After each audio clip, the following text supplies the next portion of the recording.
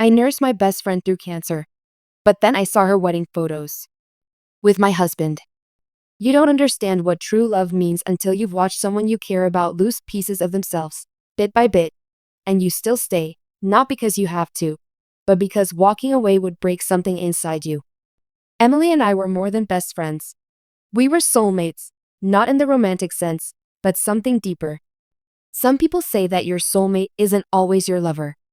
Sometimes, it's the person who sat next to you in the cafeteria on your first day at a new school, offered you half their sandwich when you forgot your lunch, and promised you, with all the certainty of a 12-year-old, that you'd never be alone again. That was Emily. We grew up side by side. From teen crushes to high school heartbreaks, from awkward college roommates to professional women finding their way in a cold, demanding world, she was always by my side. Every achievement I celebrated, she clapped the loudest. Every loss I suffered, she cried harder than I did. So when she called me that cold November morning, her voice shaking so much I could barely understand her, I dropped everything. "Hey," she whispered. "Can you come over?" I knew something was wrong. I could feel it in my chest like a storm brewing. I drove through the city in the rain, heart pounding, mind racing. When I walked into her apartment and saw her sitting there, holding a manila folder on her lap, I knew the world was about to change. She didn't say much, just handed me the folder and looked away. I opened it slowly. The words oncologist, malignancy, and aggressive treatment plan blurred in front of me. I felt the floor tilt under my feet. My knees buckled and I sat down next to her, wrapping my arms around her as she began to sob. Cancer. The word echoed like a gunshot in my mind. Emily had breast cancer, stage 3. Aggressive. The doctor wanted to start chemo immediately. She was scared, alone, and so small in that moment, I swore I would become her strength. I told my job I needed a leave of absence. I told Daniel, my husband, that this wasn't a choice. Emily needed me. He nodded, said he understood, kissed me on the forehead, and offered polite support. He even sent her flowers. I thought that was enough. The next 6 months were a war zone. Chemo stole her hair, her appetite, her strength. Some days she couldn't lift her head from the pillow. I held her hair back when she vomited into plastic bins. I changed her bed sheets when night sweats soaked through them. I massaged her back when the bone pain became unbearable. I cleaned, I cooked, I managed her appointments. I researched holistic supplements, dietary support, and experimental therapies. I decorated her apartment with fairy lights to cheer her up. I brought her fuzzy socks, funny mugs, soft scarves. I did everything a sister would do, and more. One night, she collapsed in the bathroom. I carried her to the couch myself. She clutched my arm, trembling, and whispered, "What if I don't make it?" I cried with her. I promised she would, that I would not let this disease take her. And deep down, I meant it. I would have traded places with her in a heartbeat. Daniel, meanwhile, grew more distant. He told me he missed me, that I was never home, that our marriage was starting to feel like a business contract. I didn't blame him. I tried to show him love in small ways, made his favorite meals, left him notes, bought new lingerie when Emily finally had a stable week. But his eyes didn't light up like they used to. He was somewhere else. I chalked it up to the stress. When Emily lost all her hair, I shaved my head too. She cried when she saw me. "You didn't have to do that," she whispered. "Yes, I did," I said. "If you're going down, I'm going down with you." It became a thing. Our bald head selfies went viral once. Strangers online called us warriors. I was proud of that, not for the likes, but for the way she laughed when she read the comments. 6 months later, the scans showed improvement. The tumor was shrinking. A miracle. Her oncologist high-fived us. We cried in the car. A few months after that, Emily rang the victory bell at the cancer center. I recorded it through tears, holding the camera steady as she raised her arms in triumph. She was alive. She'd made it. We had a small dinner that night at our place. Just us and a few close friends. Daniel brought out a bottle of wine he'd been saving for years. Emily made a toast to survival, to second chances, to the people who never left your side. She looked right at me when she said it.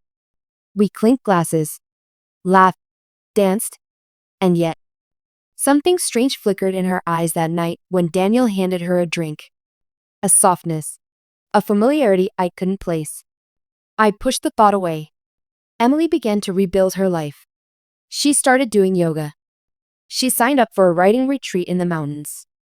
She began posting deep, poetic captions on Instagram. She smiled more.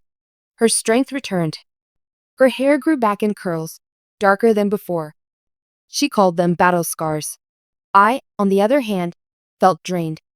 I had put my whole self into her. My career was on hold. My marriage was shaky. I was exhausted, but still proud. I had helped save someone's life. That had to mean something, right? Daniel had become harder to read. He was always tired, always distracted. He said he was working on a big client at the firm. He came home late, too late. Some nights, I woke up alone in bed and found him asleep on the couch, phone clutched in his hand.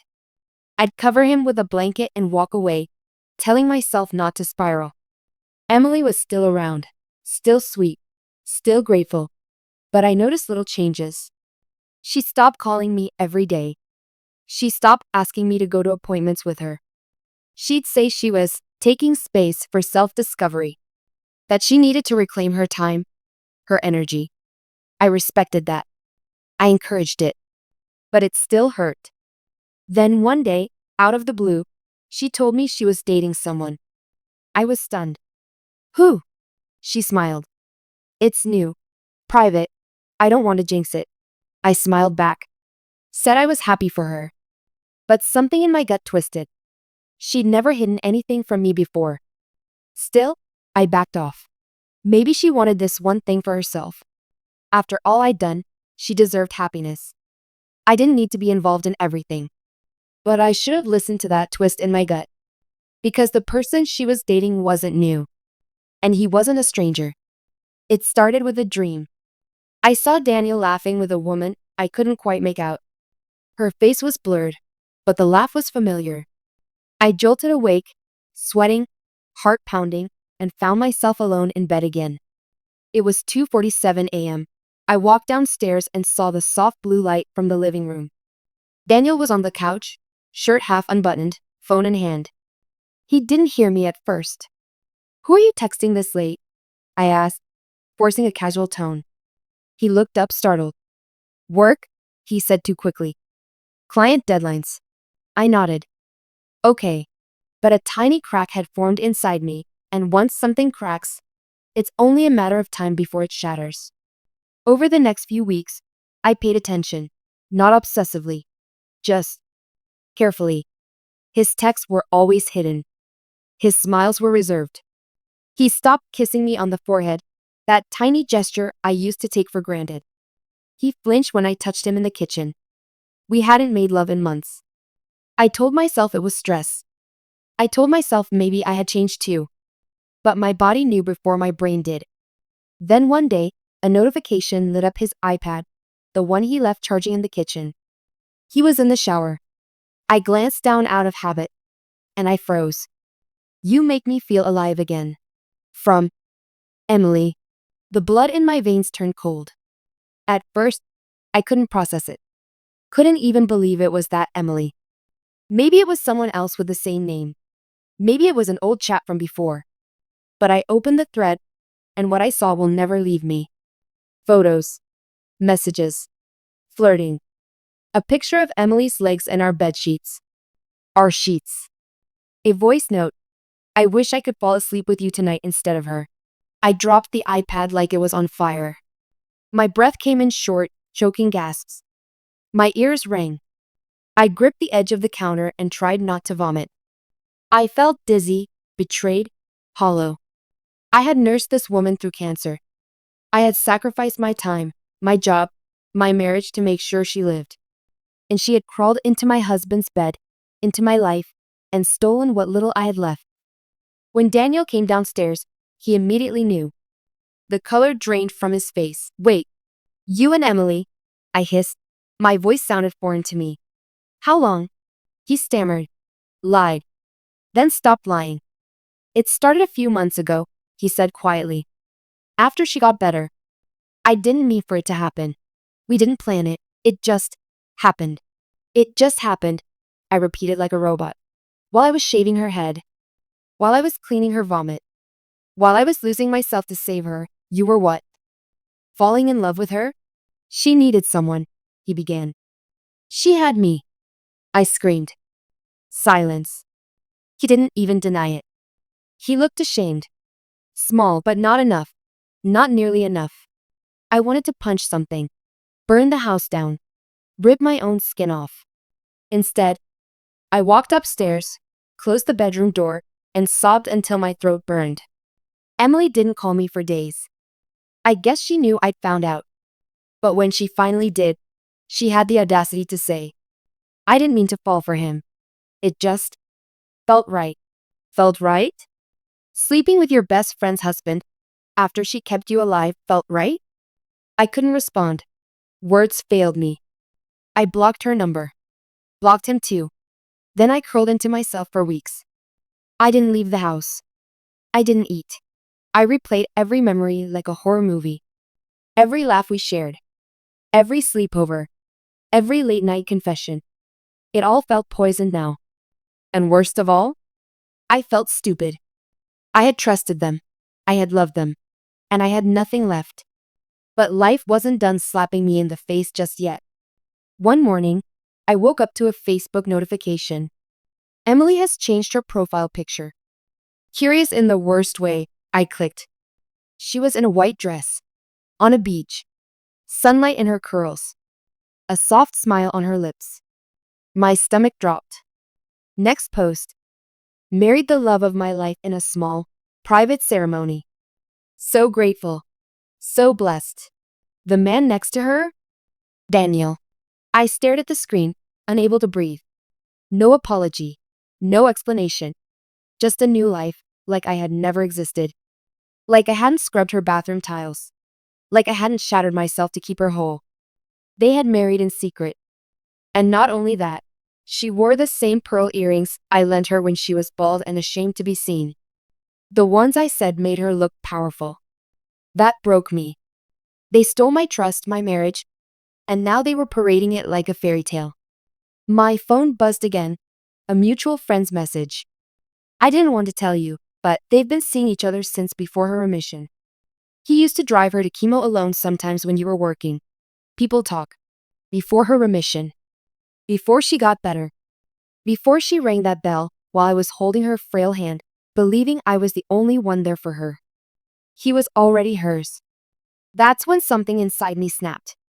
Not in a messy, crying on the floor way. In a cold, precise, surgical way. They wanted to erase me? I'd make sure they never forgot me.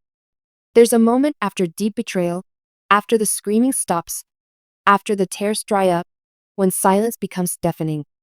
That's where I lived for weeks. I stopped speaking to anyone. My house, once warm and chaotic with laughter and phone calls, became a museum of ghosts. I wandered from room to room like a stranger. Their scent was still in the sheets. Her mug was still in the cabinet, his shoes still by the door. The life I built had been gutted, but the walls were still standing, mocking me. I didn't go back to work. I didn't respond to texts. I barely ate. I slept in short, dreamless stretches and woke up gasping. The woman who once held her best friend's hand through chemotherapy was gone. What replaced her? I didn't know yet. But something was forming, deep beneath the grief, in the marrow of my bones. At first, I tried therapy. I sat across from a well-meaning woman with a soft voice and too many scented candles who said things like, "You have to let go to heal." Let go. I didn't get closure. I didn't get a conversation. I didn't even get the decency of a goodbye. She married him and posted it on Facebook like a recipe for banana bread. Letting go felt like handing them a reward. So I stopped going. Instead, I started journaling, not with healing in mind, but with precision. I wrote everything down. The timeline, the warning signs, the lies, the patterns. I combed through memories like a crime scene analyst. I created a digital folder on my laptop titled Reconstruction. It wasn't about obsession. It was about clarity.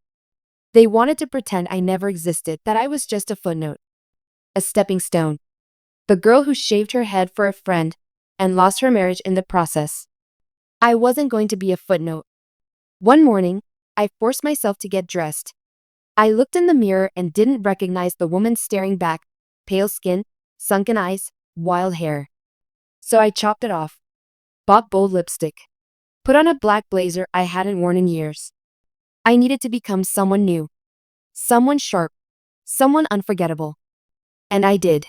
I moved out of the house and into a small apartment across town, quiet, clean, mine.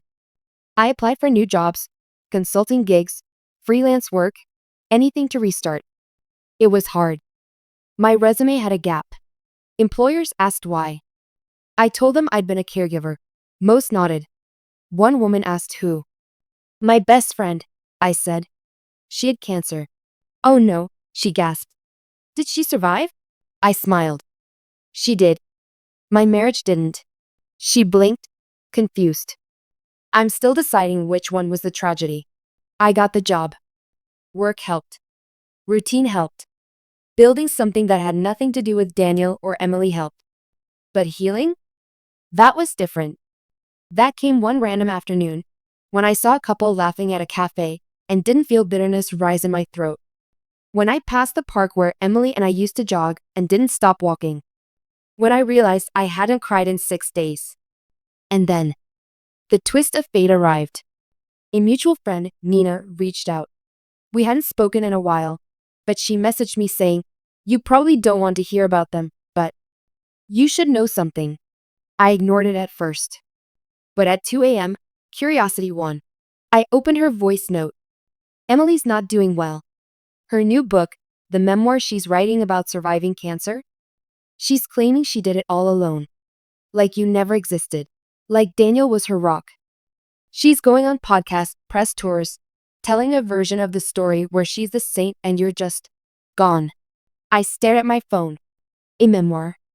She was telling my story and erasing me from it? I searched online. And there it was.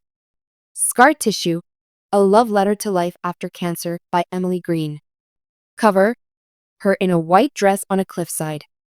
Blurb, a deeply moving account of survival, healing, and the love that bloomed through darkness. In an excerpt posted online, she wrote, "There were people around me, yes. But no one truly understood me the way Daniel did. He stood by me when others drifted away." Others. Meaning me? She had rewritten history. The betrayal wasn't over, it had just evolved. She had stolen my friend, my husband, my emotional labor, and now she was turning my pain into content. And Daniel? His face was in the background of an Instagram photo, holding her hand at a signing event. Smiling. As if none of it cost him anything. That was the day something inside me clicked. It wasn't enough to move on. I needed to remind them who I was. They thought I was soft. They mistook compassion for weakness. They thought I'd go quietly, that I'd just disappear, the way they tried to make me. But no. I had rebuilt myself. Now it was time to show them. I didn't want justice. I wanted correction, the kind that didn't come through courtroom or apologies. The kind that made you remember my name in your quietest, darkest hours. Emily and Daniel wanted a clean slate, the kind where I was edited out, like a typo. But I had the receipts. All of them. Not just the texts and photos from his iPad, but the journals, the voice memos Emily left me during chemo, the proof that I had been there. So I started planning, not with rage, but with restraint. Cold, methodical restraint. The first step was visibility. They wanted me gone from their narrative? I'd become impossible to ignore. I started a blog, anonymous at first. It was called The Ghost Who Stayed. I wrote long, heartfelt essays about caregiving during terminal illness, about the quiet sacrifices people make, about losing everything after giving your all. People listened. The blog went viral on Reddit. Nurses, caretakers, and survivors messaged me. "This is what no one talks about. Thank you for saying what we all feel." I'm sobbing. This is me. It hit a nerve. Especially because I didn't name names, just wrote the truth. A month later, I did a podcast interview under my real name. The host knew my story. I shared it in full. I was calm, poised, no slander, just raw truth. The episode was called She Survived. I Disappeared. 2 weeks after it aired, Emily's publisher postponed her book tour for internal reasons. Her Amazon page was flooded with comments.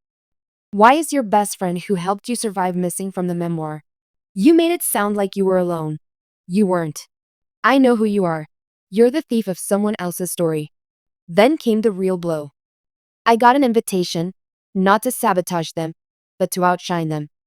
A prominent caregiving foundation reached out. They had read my blog and heard the podcast. They wanted me to speak on a panel in New York City. The event? Behind the curtain, the unseen heroes of survival. They offered a stipend, travel, and one more thing. The keynote speaker would be Emily Green. Apparently, she'd been hired before the controversy hit. And now they wanted balance. A second voice. Someone who lived the other side of the story. I said yes. Not for vengeance, but for validation. The night before the event, I walked into the green room, and there she was. Emily. Her curls were styled. Her skin glowed. She wore a cream suit and nervous smile until she saw me. The color drained from her face. Oh, she breathed. You're the other speaker? I smiled softly. I am. She blinked. Her lips parted, maybe to say I'm sorry, or maybe please don't ruin me. But I walked past her, sat down, crossed my legs. We weren't going to talk. She'd lost that right. The panel was hosted in a sleek auditorium. Cameras everywhere. Live streamed to thousands. Emily spoke first. She was polished, poised, charismatic. She told her cancer story, how lonely she felt, how scared she was, how love found her in an unexpected place. She didn't name Daniel, but she hinted. He was her lighthouse, her miracle in human form. There were tears in the audience. Then came my turn. I stepped onto the stage, took a breath, and began. I nursed my best friend through cancer, sat beside her when she vomited, held her when she screamed in pain, shaved my head when she couldn't bear to look in the mirror. I never asked for recognition. I only wanted her to live. You could hear a pin drop. But after she survived, I found out something. That she hadn't just rebuilt herself, she'd rewritten the entire story. And I had been written out. Gasps. Whispers. People sat straighter in their chairs. I am not here to name names, I said. I am here to say, caregivers are not side characters. We bleed too. We break too. And sometimes, when the people we save find the light, they forget the ones who stood in the dark beside them. It was electric. People stood, clapped. Some cried. And Emily? She clapped too, with dead eyes. She couldn't walk out. Cameras were everywhere. Her image was everything. After the event, journalists swarmed me. I gave interviews. I published a book deal of my own, The Girl Who Was Erased. And Daniel? I didn't forget him either. His firm had a family-friendly, faith-based reputation. They didn't tolerate interpersonal scandal in upper management. So I sent an anonymous packet, screenshots of texts, date stamped. Evidence of emotional affairs during my caregiving leave. No malice. Just documentation. 3 weeks later, Daniel was asked to resign, quietly. He lost his job, his reputation, his high society network. And Emily? She spiraled. Her book was quietly pulled. Her podcast deal dropped. Sponsors ghosted her. One article called her a woman who mistook someone's sacrifice for a stepping stone. By summer, she deactivated her Instagram. By fall, they'd moved out of the city. Gone. Just like they'd wanted me to be. They disappeared after that. No dramatic goodbye. No press release. No confrontation.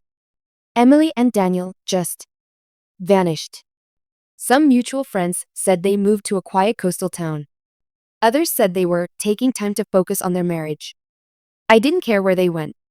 For me, they were already buried, not in the ground, but in memory. I didn't need to check on them. I didn't need updates. I'd won. Not just publicly, but inside. Because I didn't just expose what they did. I erased their power over me. My book, The Girl Who Was Erased, climbed the charts. Not overnight, but week by week, word by word. It wasn't rage porn or scandal driven. It was honest. Raw. It spoke to the quiet grief that so many people carry when their kindness is mistaken for weakness. When they're used, discarded, and expected to walk away smiling. Readers from all over the world reached out. Caregivers, wives, daughters, friends. People who had given everything to someone else, only to be replaced once the light came back. They didn't just see my story in those pages. They saw themselves. And I saw me again too, not the shattered, sobbing shell I was in that kitchen the night I found the messages, but the woman who rose from it. By spring, I had moved into a new place. A corner apartment with sunlight in the mornings and silence at night. I started painting again. I adopted a dog, Max, a clumsy mutt who shed too much but loved me like I was made of gold. Life was good. I was good. Until one day, a letter arrived. It was unmarked. No return address. Just my name. Handwritten. Careful. I almost tossed it in the trash. But something made me open it. Inside was a single piece of paper. No greeting. No signature. Just one line. You were right. He was never yours. But he wasn't mine either. Not really. I stared at this sentence for a long time. The handwriting was familiar. Slanted to the right. Letters spaced out like someone trying to control emotion. It was Emily. No doubt in my mind. I didn't know what she meant, not fully. Was it an apology? A confession? A cry for help? Or a warning? I folded the letter, tucked it away, and didn't think about it again. Not for a while. Until 3 months later, when I got another message, this time not in handwriting, but a headline. Local woman dies in apparent suicide. Husband missing. It was her photo beneath the title. Emily. I dropped my coffee. My hands began to shake. The article was short, vague. She had been found alone in a motel room. Empty pill bottles. No note. Daniel wasn't with her. In fact, police were searching for him. The last known footage showed him leaving the motel parking lot 2 nights before. No charges had been filed. Yet. But the rumor mill swirled. Some said it was guilt. Others whispered darker things, emotional abuse, manipulation, isolation. That after the spotlight faded, so did Daniel's affection. That he blamed her for the fallout. That he became cold. Controlling. One comment on a now deleted post chilled me. She looked terrified the last time I saw her. Like she wasn't allowed to speak freely. Suddenly, everything made sense. That letter. That line. He wasn't mine either. Maybe she hadn't just betrayed me. Maybe she'd been used too. The anger that had burned in me for so long wavered. Was she cruel? Yes. But maybe she had also been punished more than I ever intended. And Daniel? He was still missing. Some say he fled the country. Others believe he changed his name and started over. But in quiet corners of the internet, his photo occasionally resurfaces. Someone thinks they saw him in a bar in Lisbon. A woman claimed he rented her Airbnb under an alias. No one knows for sure. But one night, I got a message from a private account. No followers. No posts. Just one DM. She talked about you. Said she loved you more than she ever loved me. I stared at the message for what felt like hours. Then it vanished. Account deleted. Maybe it was fake. Maybe it was him. Maybe it was Emily, in a twisted way, trying to reach me from beyond with the only tool she ever knew, drama. But I didn't respond. I didn't post about it. I didn't call anyone. I simply stood up, walked to my canvas, picked up my brush, and painted until the sun came up. That's the thing about revenge. You think it ends when your enemies fall. But sometimes, it ends when you no longer care if they do. I had lost my best friend. I had lost my husband. But I found something stronger. Myself.